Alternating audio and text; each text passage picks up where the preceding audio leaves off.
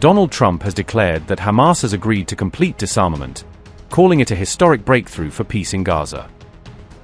But within hours of Trump's announcement, Hamas pushed back strongly, signaling that the reality may be far more complicated than it appears. Trump's claim of complete disarmament is now facing a major condition that Hamas insists must be fulfilled before any weapons are surrendered. Will Iran-backed Hamas agree to disarm only after Israeli forces fully withdraw from the Gaza Strip? As talks gather momentum, reports suggest Mojtaba Khamenei's camp has urged Hamas not to give up its weapons too quickly. US President Donald Trump announced what he described as a historic agreement for the complete disarmament of Hamas and armed factions operating in Gaza. Trump said the agreement also includes the complete disarmament of all other armed groups currently operating inside the Gaza Strip. According to Trump, the agreement was reached with Hamas, the Board of Peace, and international mediators after extensive negotiations. Donald Trump said, and I quote, "Today, the Board of Peace reached a historic agreement for the complete disarmament of Hamas and all other armed groups in Gaza. This is a monumental step toward lasting peace and security. This agreement is a critical step towards Gaza finally being governed by a new Palestinian government that will work closely with the Board of Peace to help the Palestinian people. At the same time, Israel will have the security it deserves, with Gaza no longer used as a base for terror attacks. This is a major milestone in the implementation of the Trump 20-point plan. The agreement will be carried out in carefully structured phases. As disarmament is completed, Israeli forces will withdraw and the International Stabilization Force will work with a new Palestinian police force to take responsibility for Gaza being safe for its residents and its neighbors. 1 year ago there was a violent raging war, humanitarian crisis, and hostages kept in brutal captivity. We have made historic progress and there is still much work to do. I want to thank the mediators, Egypt, Qatar, and Turkey, for their important efforts and especially my outstanding team, whose tireless work made this historic breakthrough possible. The threat that emerged from Gaza on October 7th will not be allowed to rebuild. Under this agreement, Gaza will finally be in the hands of a new Palestinian government that serves its people. Congratulations to all on this amazing development, that everybody said could never be achieved." Unquote.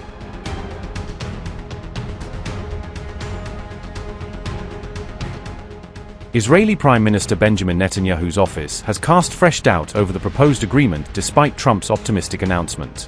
Netanyahu's office said the proposal still falls short of Israel's long-standing demand for the complete demilitarization of the Gaza Strip.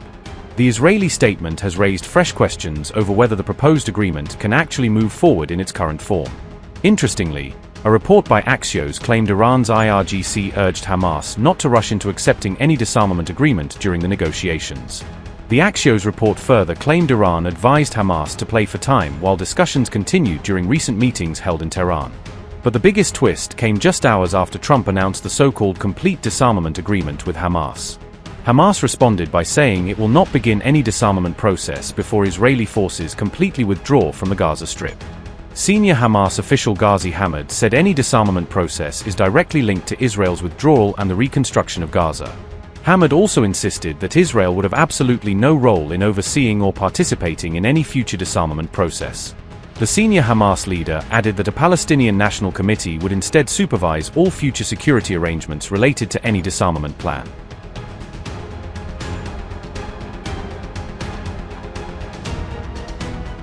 Hamas reportedly formed a special committee to recover weapons lost during the Gaza war, according to i24 News. The committee was tasked with locating missing Hamas weapons believed to be held by armed factions, clans, and private individuals.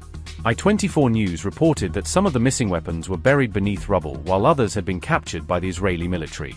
The report said the committee's original commander was killed in an Israeli airstrike earlier in July. A new Hamas commander reportedly assumed responsibility for continuing the mission to recover and reorganize the group's remaining arsenal. Sources told i24 News that several armed factions acknowledged possessing weapons belonging to Hamas Al-Qassam brigades. Hamas also reportedly began buying back weapons from families, local clans, and private arms dealers to replenish its stockpiles.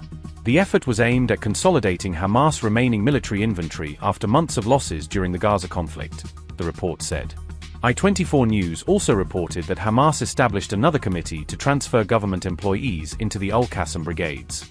The reported personnel transfers were intended to fill vacancies created by Israel's targeted killings of Hamas operatives. The report said transferred personnel would leave their government positions and begin receiving salaries through the Al-Qassam brigades.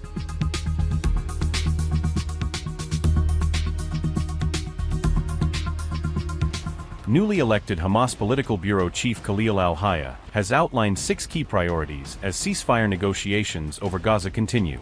Al-Hayya assumed Hamas' top political leadership after Yahya Sinwar was killed during an Israeli military operation in October 2024.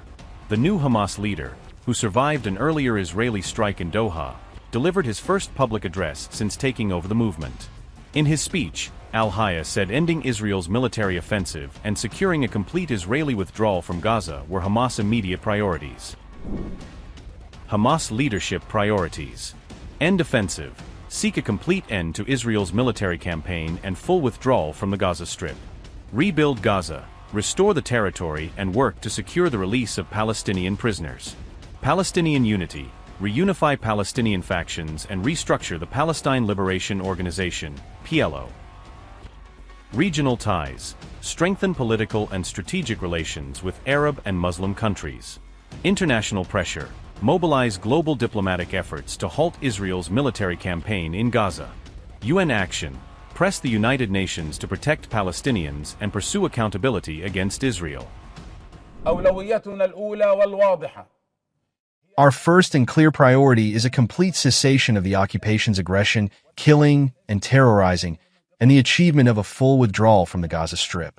We're here, calling on the countries sponsoring the negotiation process to exert real pressure on the extremist right-wing occupation government to implement what has been agreed upon and to proceed with the transition to the next phase.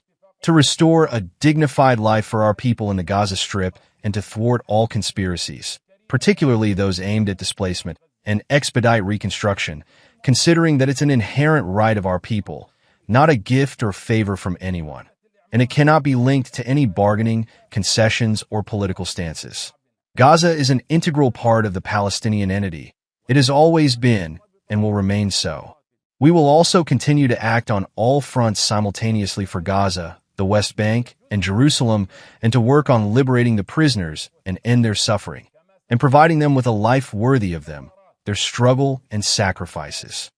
Therefore, we call for the immediate initiation of a national dialogue and the establishment of mechanisms to rebuild Palestinian national institutions, foremost among them the Palestine Liberation Organization, on democratic foundations and in accordance with a national consensus that includes all Palestinians and the full political partnership in decision-making, and in formulating and implementing national strategies.